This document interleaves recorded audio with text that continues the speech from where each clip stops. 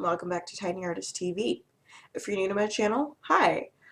This is going to be the first video for this series in the month of April. Basically, every month I try to do a different theme of drawing. For March, I did March of Robots. For February, I did Black History Month figures. So for the month of April, I'm going to be painting tea fairies. And not only that, but I'm going to be painting them with tea. So they're mainly going to be kind of monochromatic, but I'm going to be basing these fairies on different types of floral or herbal teas. So we're going to be doing orange blossom, rose hips, lavender, and chamomile. Not necessarily in that order, but yeah, I think these designs are going to be super cute. Of course, you guys may not think so, but let me know what you think in the comments when the videos are finished. And yeah, let's go ahead and head to the studio and get started.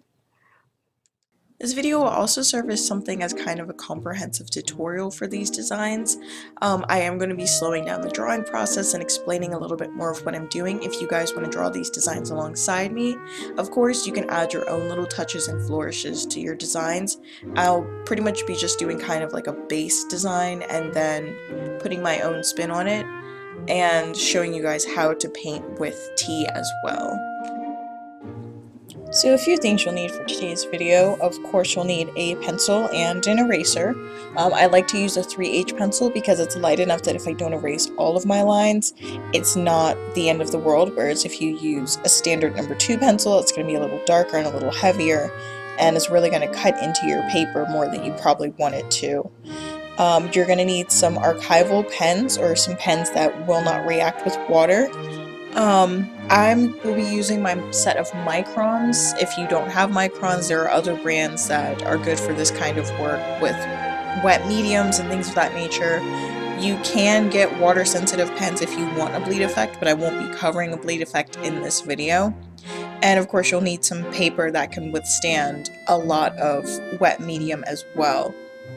And some tea. Typically you want to work with a darker tea. You can use lighter teas, but it takes a little more to build up the colors, and I'll get into that later when I actually brew my tea, but for now I'm just starting out with some thumbnail sketches to give myself an idea of what I want these fairies to look like. As you can see, I'm pretty committed to this second thumbnail sketch here, so after I'm finished playing around with where I want the little details and things to go, I get started with the larger sketch. So to start out, I'm just blocking out where I want my composition to go. The square is just kind of the general layout. You're not going to see it once the piece is finished. Now I'm blocking out the face. So I start with a circle for the head. And if it's not a perfect circle, that's fine. No one's face or no one's head is perfect. You're just trying to get a general layout of where you want your facial features to go. So I want my face to be looking up and to the left.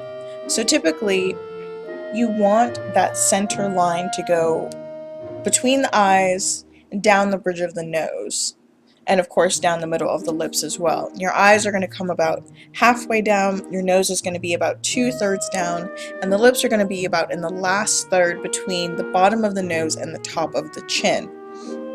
And now here I'm just kind of working out what I think looks good for the chin. So right now she's got a little bit of a weak chin, so I ignore that. And then I'm starting out blocking out where I want my eyes to go. So as you can see, it's a little about halfway down.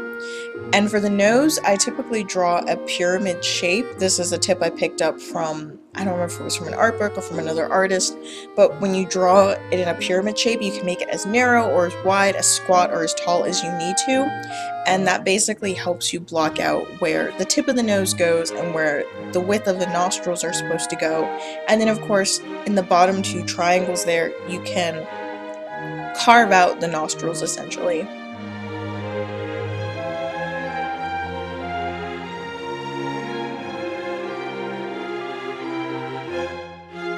So now I'm lining up the lips with the nose. So to start, I make 2 little V shapes in the center, and that's going to make my top lip. And then I do another little U shape on the bottom to kind of block out where I want the bottom of the lip to go. And then I just taper the lips upwards towards the point.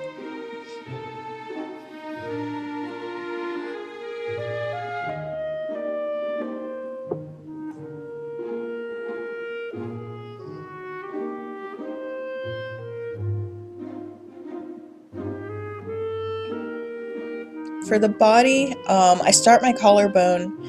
So it's called the sternocleidomastoid, is that little line that you see coming from the bottom of the jawline to the top of the collarbone. So I follow that line to go into the base of the neck, and then I just draw two little wing shapes coming out from the collarbone, and I build out the rest of my neck and shoulders from that. It's kind of a rounded out triangle shape there.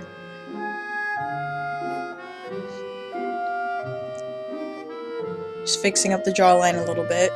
I make a circle underneath of the lip to figure out how big I actually want the chin to be, or I guess in this case small, so that I don't make that jawline more narrow than it needs to be.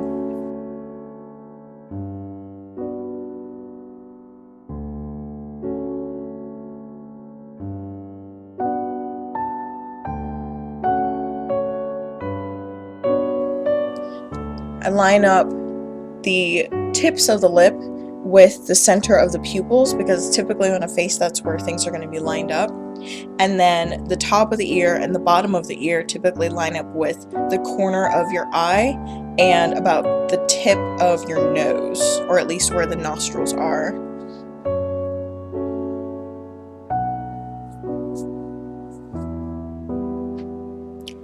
This is an old tutorial that I did on how to draw eyes. It's mainly made for, digital art, but you can definitely translate the sketch into traditional art as well, and I'm pretty much just using this technique to do my eyes.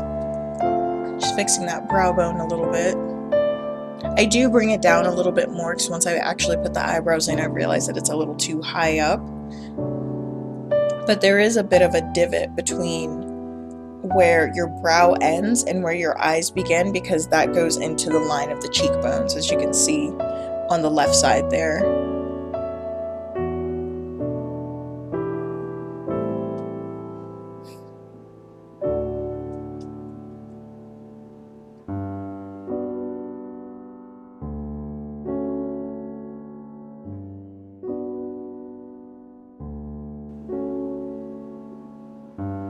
Filling out the eyelashes.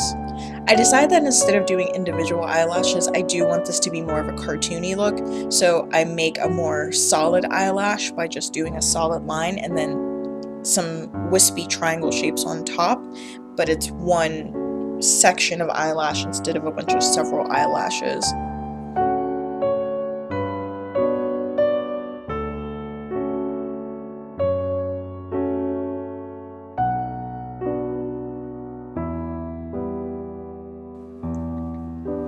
I'm using my triangle to finish out the nose.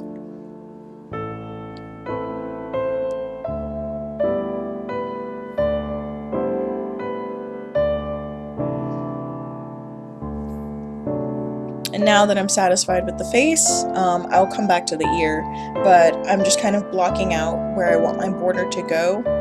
I'm using a technique that's called scumbling to just fill in space, and I come back in and actually do the details later, but right now I just want to make sure that I have enough space for everything and that I'm satisfied with my original composition, because now that it's bigger, I have more room to work and I can add more details, or I can take some things away that may not look good with a larger composition.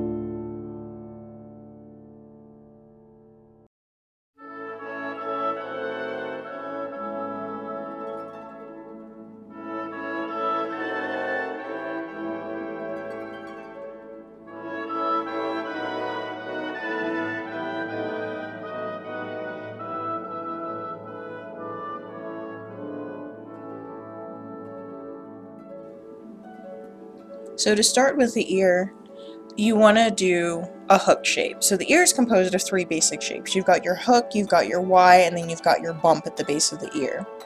So I draw my hook, I swoop up, and then I come back around and I draw my Y shape, and I make sure that the hook comes into the base of the Y.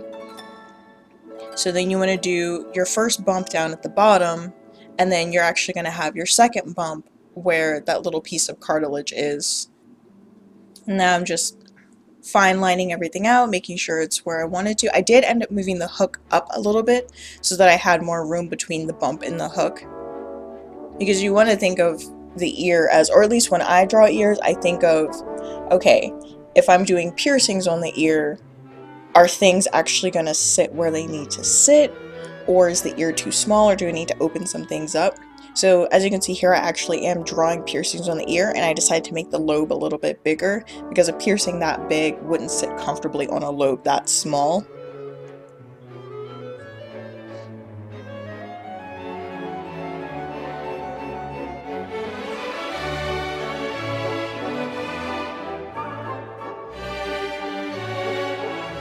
Now I'm just adding some freckles to the face. Of course, the freckles are optional. I chose to go with this because as a orange blossom fairy, it makes me think of, like, you know, oranges, redheads, and of course redheads typically have freckles, so I do a little splatter of freckles across the nose.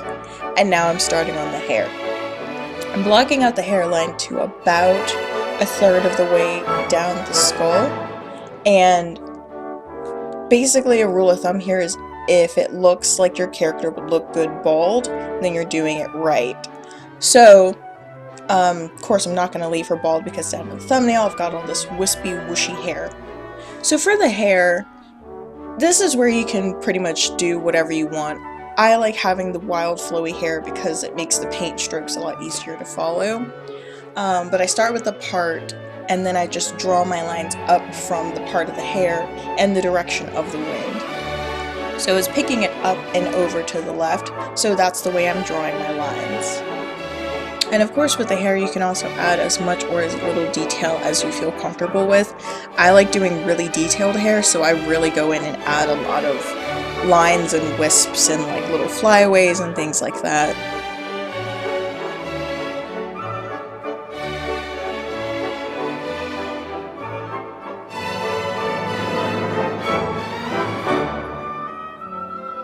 Basically each section of hair is going to be kind of like a wavy tapered triangle, if you want to think about it that way.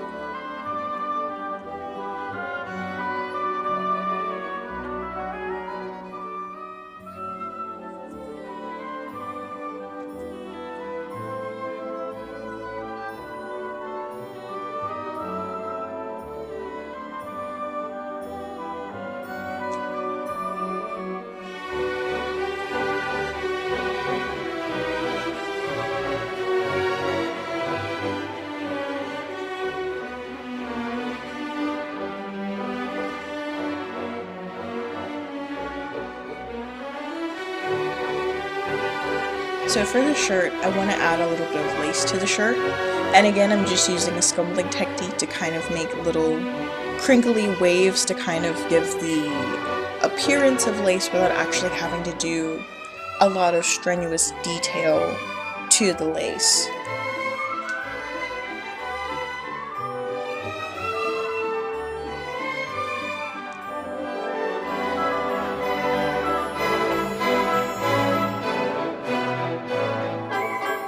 As you can see here, I'm blocking out where I want my hand to sort of go, but based on the amount of space I actually have, I don't have the room to do an anatomically sized hand, because your hand is actually about half the size of your face. So if I was going to do that, not only would it go off of the amount of space that I have, if it's positioned correctly, but it's also going to cover up some of the detail that I've already put into the hair, and I don't necessarily want to do that, so I keep fussing with it a little bit. As you can see here, I'm blocking out where the palm and the thumb would go, just really trying to make this work, but it ends up not working, so we have to scrap that.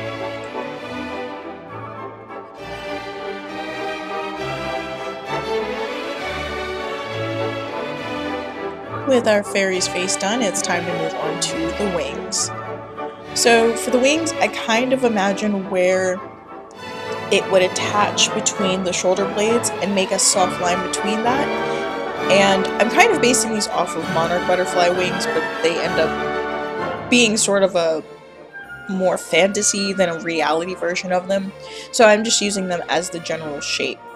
Of course, once again, you can pick whatever butterfly, whatever creature wings you want. If you want your fairy to have angel wings or dragonfly wings, or if you have other favorite butterfly that's maybe purple or blue or what have you. It's your fairy, you can do with it what you want. I chose the monarch butterfly because I'm going with an orange color palette in theme, even though in color, obviously nothing's going to be super orange because we're painting with tea and not with actual paint.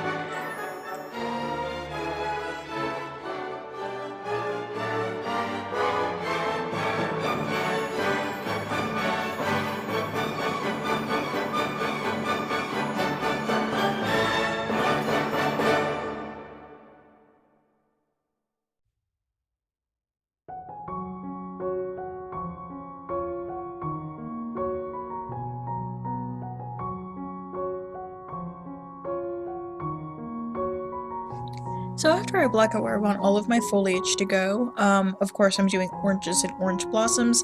I look up a quick reference on Google for what an orange blossom actually looks like, and then I just fill that in. So if you are going to be doing orange blossoms for this fairy like I am, it's basically a star-shaped flower and it has a larger white stalk in the middle. You can also look up the reference. I'll post a picture of it up here now so that you can see what it looks like as I'm drawing it. But they're very simple flowers, especially if you want just a nice, elegant, but simple design. This is a good way to go. Most florals are pretty easy to draw, except for when you get into the more, chrysanthemums and peonies and things like that. But for the Tea Fairy series, all of the florals I will be doing are pretty simple. So of course they should be relatively simple for you guys to draw as well.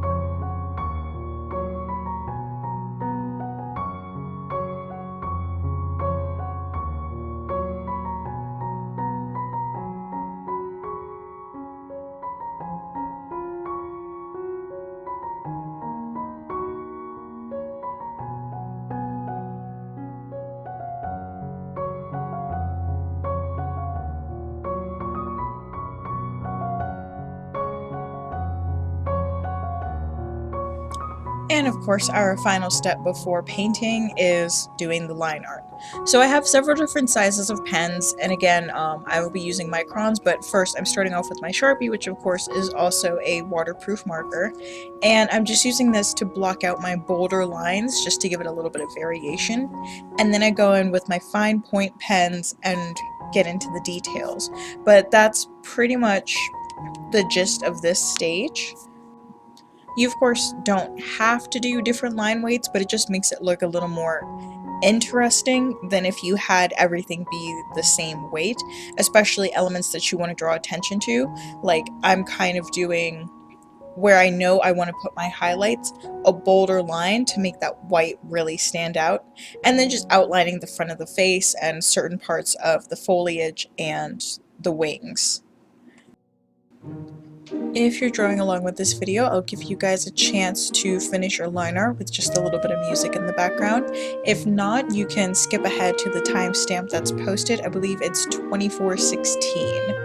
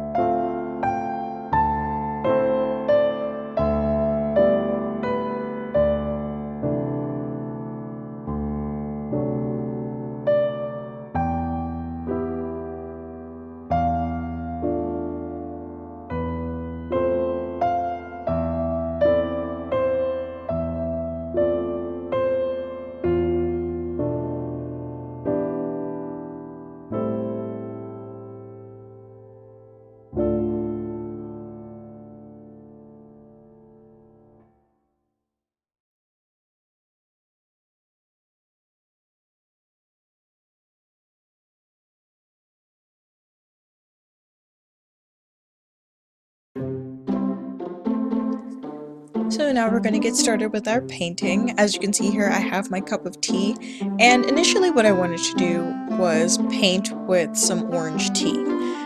Unfortunately, I went to my tea box and I am out of orange tea, so I found the closest thing, which was a green tea mango tea. However, as you can see, it's very pale. So I have to brew a new cup of tea. Now, as I mentioned earlier, I could work with this tea, but as you can see, I'm brushing a little bit on just to test, and pretty much nothing is showing up. So I could let it dry and build up the layers and build up the layers, but yeah. So I went back to my tea box and I found a red velvet chocolate tea, which of course is going to be a lot darker, and as you can see, it brewed up much darker. I also used less water when I was brewing the tea because of course the more water you use, the paler it's going to be to start off with. So I'm just going to paint straight from the cup. I'm not even going to worry about diluting it like I was doing previously, and just build up the layers from this cup.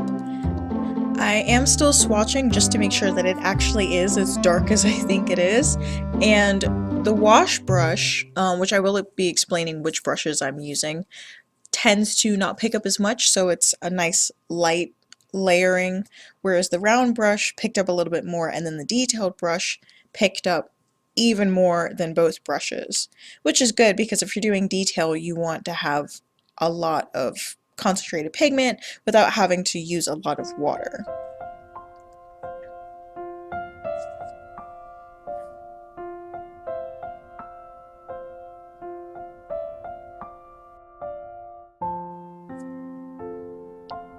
So this is a wash brush or a flat brush. I have several round brushes, and then I have some smaller detailed brushes here. Now you don't have to have this range of brushes. I typically stick with the flat and the round brush because it's a pretty big piece, so there are larger areas to fill. So using a larger brush is going to be more beneficial. So what I'm going to do is I'm going to first determine where I want my light source coming from, and I want it coming from the top left. So then I'm just going to use my wash brush and kind of block out some areas of shadow that I can build up later.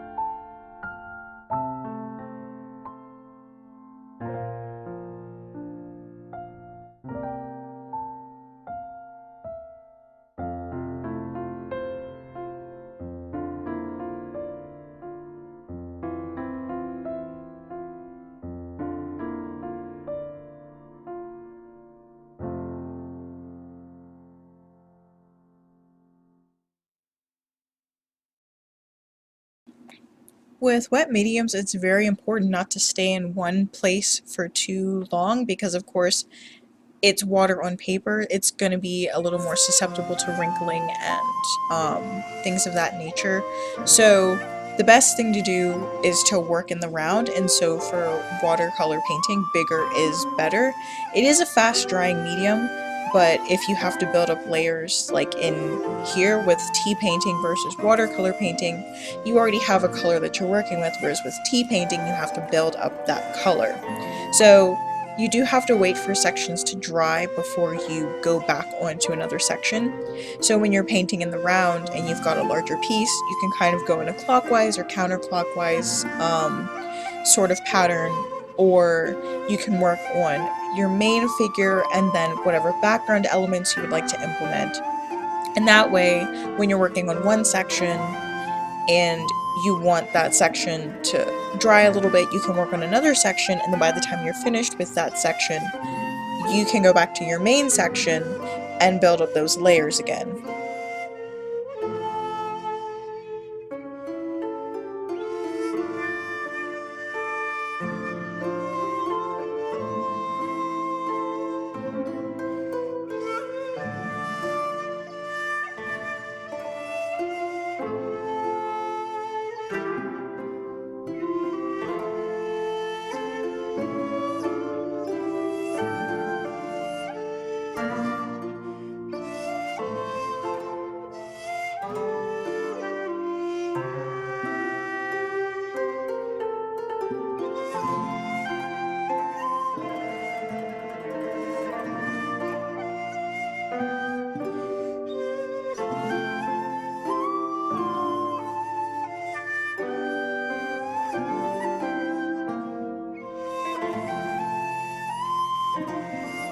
Now that I've got a pretty good buildup of layers, what I'm going to do is just take a little bit of my tea and I'm going to make a dark wash with it. So I've just got a couple of spoonfuls here on my palette.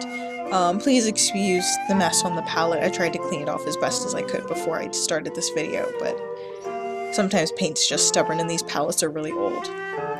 So after I've scooped up a pretty decent amount of tea, I'm using just a little bit of India ink, and this does come with a dropper in the top. So I'm just going to take one little drop of ink and diffuse it into the tea.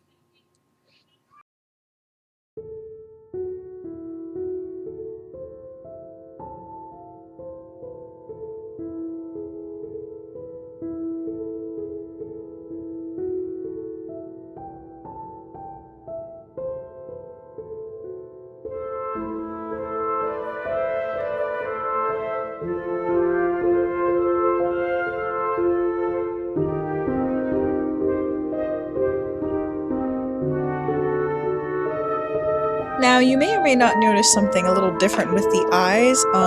That's because I was not happy with the eyes, so I just took a little bit of white acrylic paint and painted over the lines, and I will draw those back in with my microns. But that's actually something that I did over the course of the line art. There were areas where I wasn't quite happy with the way the lines turned out, so I just took a very small brush and a very small amount of white acrylic paint.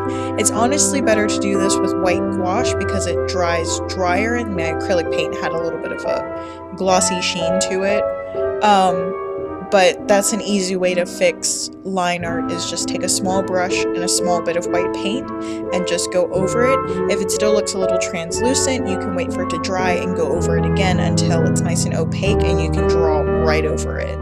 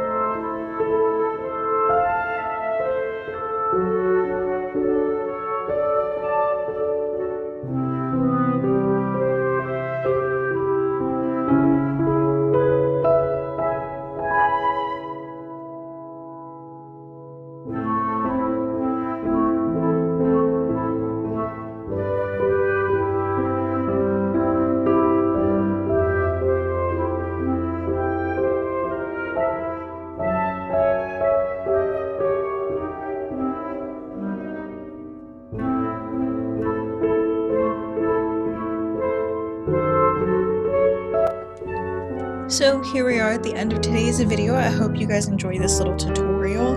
To finish off the wings, I just took a little bit more of that block wash and added just a few more drops of the India ink until it was as dark as I wanted it, and then colored in the wings and did a few more details here and there. There are still just a couple of areas I would go back and rework, but for now I'm actually pretty happy with it. But yeah, like I said, I hope you guys enjoyed this tutorial. I would love to see your version of the Orange Blossom Fairy, so if you have social media, you can either tag me on Facebook or Twitter at tinyartist516 with your fairy drawings. But until then, I will see you guys next time, and have a weird day.